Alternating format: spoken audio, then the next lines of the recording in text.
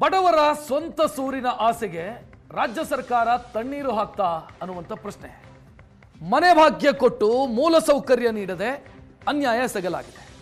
ಇದು ರಾಜೀವ್ ಗಾಂಧಿ ವಸತಿ ನಿಗಮದ ಕತೆ. ಇದೆ ರಾಜೀವ್ ಗಾಂಧಿ ವಸತಿ ನಿಗಮದ ಅಧಿಕಾರಿಗಳ ನಿರ್ಲಕ್ಷ್ಯ. ಅದಕ್ಕೆ ಸಂಬಂಧಿಸಿದಂಥ ಮಾಹಿತಿಯನ್ನು ನಿಮ್ಮ ಮುಂದೆ ಇಡ್ತಾ ಇದ್ದೀನಿ.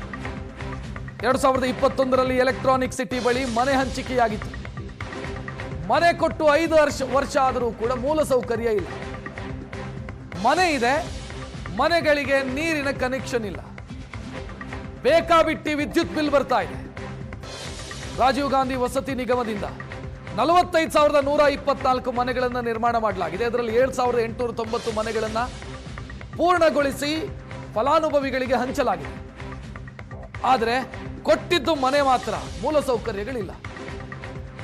ರಾಜೀವ್ ಗಾಂಧಿ ವಸತಿ ನಿಗಮದ ವಿರುದ್ಧ ಈಗ ಫಲಾನುಭವಿಗಳು ಆಕ್ರೋಶ ವ್ಯಕ್ತಪಡಿಸ್ತಾ ಇದ್ದಾರೆ. ಮನೆ ಕೊಟ್ಟಿದ್ದಾರೆ, ಮನೆಗೆ ನೀರಿನ ಕನೆಕ್ಷನ್ ಇಲ್ಲ, ಕರೆಂಟ್ ಬಿಲ್ಲು ಸರಿಯಾಗಿ ಬರ್ತಾ ಇಲ್ಲ, ಅಂದ್ರೆ ವಿಚಿತ್ರವಾಗಿ ಬರ್ತಾ ಇದೆ. ಬೇಕಾಬಿಟ್ಟಿ ಕರೆಂಟ್ ಬಿಲ್ ಬರ್ತಾ ಇದೆ. ಸರಿಯಾಗಿ ರಸ್ತೆ ಇಲ್ಲ, ಮೂಲಸೌಕರ್ಯ ಇಲ್ಲ, ಚರಂಡಿ ವ್ಯವಸ್ಥೆ ಇಲ್ಲ. ನೆಪ ಮಾತ್ರಕ್ಕೆ ಮನೆ ಕೊಟ್ಟಿದ್ದಾರೆ, ವ್ಯವಸ್ಥೆ ಮಾಡಿಕೊಟ್ಟಿಲ್ಲ ಅಂತ ಫಲಾನುಭವಿಗಳು ಆರೋಪಿಸ್ತಾ ಇದ್ದಾರೆ. ರಾಜೀವ್ ಗಾಂಧಿ ವಸತಿ ಯೋಜನೆಯ ಅಡಿಯಲ್ಲಿ ತಮ್ಮ ಸ್ವಂತ ಸೂರಿನ ಕನಸು ಕಂಡುಕೊಂಡಿದ್ದಂತಹ ಸಾಕಷ್ಟು ಜನ ಫಲಾನುಭವಿಗಳಿಗೆ ಈಗ ಅನ್ಯಾಯ ಆಗ್ತಾ ಇರುವಂಥದ್ದು. ಕಳೆದ 5 ವರ್ಷದ ಹಿಂದೆಯೇ ಈ ಒಂದು ಮನೆಗಳನ್ನು ಹಂಚಿಕೆ ಮಾಡಲಾಗಿದೆ. ಆದರೆ ಮನೆಗೆ ಬೇಕಾಗಿರುವಂತಹ ಸೌಲಭ್ಯಗಳು, ಮೂಲಭೂತ ಸೌಲಭ್ಯಗಳು ಯಾವುದೂ ಕೂಡ ಸಿಕ್ಕಿಲ್ಲ ಅನ್ನುವಂಥದ್ದು. ಸದ್ಯಕ್ಕೆ ನಾವು ಏನು ಎಲೆಕ್ಟ್ರಾನ್ ಸಿಟಿ ಪಕ್ಕದಲ್ಲಿರುವಂತಹ ದೊಡ್ಡನಾಂಗ್ಲ ಏನು ಏರಿಯಾ ಏನಿದೆ, ಇಲ್ಲಿ ಇರುವಂತಹ ಮನೆಗಳನ್ನು ನಾವು ನೋಡ್ಬೋದು. ಇದು ರಾಜೀವ್ ಗಾಂಧಿ ವಸತಿ ಯೋಜನೆ ಅಡಿಯಲ್ಲಿ ಕಟ್ಟಿರುವಂತಹ ಸುಮಾರು 8 ಬ್ಲಾಕ್ಗಳು ಇಲ್ಲಿದ್ದಾವೆ. ಇಲ್ಲಿ ಸುಮಾರು 460ಕ್ಕೂ ಹೆಚ್ಚು ಮನೆಗಳಿದ್ದಾವೆ. ಆದರೆ ಮನೆಗಳನ್ನು 5 ವರ್ಷ ಆಯಿತು, ಮನೆಗಳನ್ನು ಹಂಚಿಕೆ ಮಾಡಲಾಯಿತು. ಆಗ ಇದ್ದಂತಹ ವಸತಿ ಸಚಿವರಾಗಿದ್ದಂತಹ ಜಮೀರ್ ಅಹಮದ್ ಅವರು ಈ ಮನೆಗಳನ್ನು ಹಂಚಿಕೆ ಮಾಡಿದರು. ಅಂದರೆ ಇದು BJP ಸರ್ಕಾರ ಇದ್ದಾಗ ಈ ಮನೆಗಳನ್ನು ಕಟ್ಟಲಾಗಿತ್ತು. ಅದಾದ ಮೇಲೆ ಸಚಿವರು ಜಮೀರ್ ಅವರು ಇದನ್ನು ಹಂಚಿಕೆ ಮಾಡಿರುವಂಥದ್ದು. ಆದರೆ ಮನೆಗಳಿಗೆ 8 ಲಕ್ಷ ಅಂತ ಹೇಳಿದರು. ಅದಾದ ಬಳಿಕ 13 ಲಕ್ಷ ಆಯಿತು. 13 ಲಕ್ಷವನ್ನು ಕಟ್ಟಿ ಜನ ಏನು ಮನೆಗಳನ್ನು ತಗೊಂಡ್ರು. ಆದರೆ ಮನೆಗಳಿಗೆ ಬೇಕಾಗಿರುವಂತಹ ಮೂಲಭೂತ ಸೌಕರ್ಯಗಳಿಲ್ಲ. ಮನೆಗೆ ನೀರಿಲ್ಲ, ಒಂದು ಈ ಕಡೆ ಕರೆಂಟ್ ಸರಿಯಾಗಿ ಸಿಗ್ತಾ ಇಲ್ಲ ಅನ್ನುವಂಥದ್ದು, ನೀರಂತೂ ಸಿಗ್ತಾನೇ ಇಲ್ಲ. ಹಾಗಾಗಿ ಜನ ದಿನನಿತ್ಯವೂ ಕೂಡ ಪರದಾಡ್ತಾ ಇರುವಂತಹ ಪರಿಸ್ಥಿತಿ. ಪ್ರತಿಯೊಬ್ಬರೂ ಕೂಡ ಬೆಂಗಳೂರಿನಲ್ಲಿ ಸ್ವಂತ ಮನೆಯನ್ನು ಕಟ್ಕೋಬೇಕು ಅನ್ನುವಂತಹ ಕನಸನ್ನು ಹೊಂದಿರ್ತಾರೆ. ಆದರೆ ಆ ಕನಸು ಏನು ಜನರಿಗೆ ಏನು ಸಿಕ್ಕಿದೆ, ಆದರೆ ಸಿಕ್ಕಿದ್ರೂ ಕೂಡ ಮೂಲಭೂತ ಸೌಕರ್ಯಗಳು ಇಲ್ಲ ಅಂತಂದರೆ ಖಂಡಿತವಾಗಿ ಅದು ಫುಲ್ಫಿಲ್ ಆಗೋದಕ್ಕೆ ಸಾಧ್ಯನೇ ಇಲ್ಲ. ನಮ್ಮ ಜೊತೆಗೆ ಇಲ್ಲಿರುವಂತಹ ನಿವಾಸಿಗಳು ಮನೆಯನ್ನು ಪಡ್ಕೊಂಡಂಥವ್ರು ಇದ್ದಾರೆ. ಅವ್ರನ್ನೇ ಮಾತಾಡಿಸ್ಕೊಂಡು ಹೋಗ್ತೀನಿ ಏನು ಹೇಳ್ತಾರೆ ಅಂತ ಹೇಳಿ.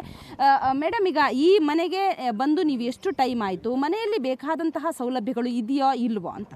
ಈಗ 1.5 ವರ್ಷ ಆಗಿದೆ. ನಮಗೆ ಮೂಲಭೂತ ಸೌಕರ್ಯಗಳು ಇನ್ನೂ ಸಿಕ್ಕಿಲ್ಲ. ನಾವು ಬಂದಿನಿಂದಲೂ ಇಲ್ಲಿವರೆಗೂ ನೀರನ್ನು ಸ್ವಂತವಾಗಿ ದುಡ್ಡು ಕೊಟ್ಟು ಒಡಿಸ್ಕೊಳ್ತಾ ಇದ್ದೀವಿ. ಈಗ ಮೂಲಭೂತ ಸೌಕರ್ಯ ಕೊಡೋದು ಅವರು ಕರ್ತವ್ಯ. ನಾವು ಲೋನ್ ಕೊಟ್ಟಿದ್ದೀವಿ. ಲೋನ್ ತಗೊಂಡ ಮೇಲೆ ಇವರು ನಮಗೆ ಕೊಡಬೇಕಾಗಿತ್ತು. ಇಲ್ಲಿವರೆಗೂ ಕೊಟ್ಟಿಲ್ಲ. ನೀರು ಕೊಟ್ಟಿಲ್ಲ, ನೀರಿನ ವ್ಯವಸ್ಥೆನೂ ಸರಿಯಾಗಿ ನಮಗೆ ಮಾಡಿಕೊಟ್ಟಿಲ್ಲ. ಇಲ್ಲಿವರೆಗೂ ನಾವು ಬಂದು 1 ವರ್ಷದಿಂದಲೂ ನಮ್ಮ ಸ್ವಂತ ದುಡ್ಡಿಂದ ನೀರು ಹಾಕಿಸ್ಕೊಳ್ತಾ ಇದ್ವಿ. ಬಾಡಿಗೆ ಮನೆಯಲ್ಲಿದ್ರಿ, ಆ ಮನೆಯಿಂದ ಇಲ್ಲಿಗೆ ಸ್ವಂತ ಮನೆ ಅಂತ ಬಂದ್ರಿ. ಸೊ ಏನು ಅನ್ನಿಸ್ತಿದೆ? ಈ ಮನೆಯಲ್ಲಿ ಎಲ್ಲ ಸೌಲಭ್ಯ ತೊಂದರೆ ಆಗ್ತಾ ಇದೆ ಮೇಡಮ್. ಬಾಡಿಗೆ ಮನೆಯಲ್ಲೇ ಇರ್ಬೋದಿತ್ತೇನೋ ಅನಿಸ್ತಾ ಇದೆ ನಮಗೀಗ. ನಮಗೆ ಎಲ್ಲ ಆಸೆ ಪಟ್ಟು ಬಂದು ನಮ್ಗೆ ಯಾವ್ದು ಮನೆ ಇಲ್ಲ ಇದೆ ಬಂದಿದ್ದು. ಸಿಕ್ಕಿದಾಗ ನಾವು ಖುಷಿಯಿಂದ ಬಂದು ಎಲ್ಲ ಮನೆಗೆ ಎಲ್ಲದು ಖರ್ಚು ಮಾಡಿ ದುಡ್ಡು ಸಾಲ ಮಾಡಿ ಎಲ್ಲ ಮನೆಗೆಲ್ಲ ರೆಡಿ ಮಾಡ್ಕೊಂಡು ಬಂದು ಇವಾಗ ಏನಕ್ಕೆ ಬಂದು ಅನಿಸ್ತಾ ಇದೆ ಸರ್ ಮೇಡಮ್. ಬಾಡಿಗೆ ಮನೆಯಲ್ಲೇ ಇದ್ದಿದ್ರೆ ಚೆನ್ನಾಗಿರ್ತಾ ಇತ್ತು ಅನ್ನೋ ಅಂತ ಇವಾಗ ಅನಿಸ್ತಾ ಇದೆ. ಬಾಡಿಗೆಗಿಂತ ಇಲ್ಲಿ ತುಂಬ ಖರ್ಚಾಗ್ತಾ ಇದೆ ಮೇಡಮ್ ದುಡ್ಡುಗಳು. ಬಾಡಿಗೆ ಮನೆಗಳು ಬಿಟ್ಬಿಟ್ಟು ಸ್ವಂತ ಮನೆಗೋಸ್ಕರ ಬಂದ್ವಿ. ಆದರೆ ಇಲ್ಲಿ ಬಂದರೆ ನೋಡಿ, ನಮ್ಮ ಮಕ್ಕಳಿಗೆ ನೀರಿಲ್ಲ, ಸ್ಕೂಲ್ಗೆ ಹೋಗಬೇಕು, ಯಾವ ಥರ ಮಾಡಬೇಕು? ನಾವು ದುಡ್ಡು ಕೊಟ್ಟು ಕಂಡ್ಕೊಂಡ್ವಿ, ಎಲ್ಲ ಸರಿ ದುಡ್ಡು ಕೊಟ್ಟು ನೀರು ತರಿಸಿದ್ವಿ. ಆ ನೀರು ಆ ಗುಣಮಟ್ಟ ಇಲ್ಲ. ತುಂಬ ಕಷ್ಟಪಟ್ಟು ನಾವು ಹೋಗಿ ರಿಕ್ವೆಸ್ಟ್ ಮಾಡಿದ್ದಕ್ಕೆ ಒಂದು ಬೋರ್ ಹಾಕ್ಕೊಟ್ರು. ಆ ಬೋರಲ್ಲಿ ಇದುವರೆಗೂ ಅಲ್ಲಿಂದ ಸಂಪಿಗೆ ನಮಗೆ ಹಾಕಿಕೊಟ್ಟಿಲ್ಲ. ಅದನ್ನು ಕೇಳಿದ್ರೆ ಏನು ಮಾಡ್ತಾರೆ, ಇಂಜಿನಿಯರ್ ಇವತ್ತು ಮಾಡ್ತೀನಿ, ನಾಳೆ ಮಾಡ್ತೀನಿ, ನಾಳಿದ್ದು ಮಾಡ್ತೀನಿ ಅಂತಾರೆ. ಬೆಂಗಳೂರಿನಿಂದ ಕ್ಯಾಮ್ರಾ ಪರ್ಸನ್ ಯುವರಾಜ್ ಜೊತೆಗೆ ಮಮತಾ ಮರಧಾಳ, ಏಷ್ಯಾನೆಟ್ ಸುವರ್ಣ ನ್ಯೂಸ್.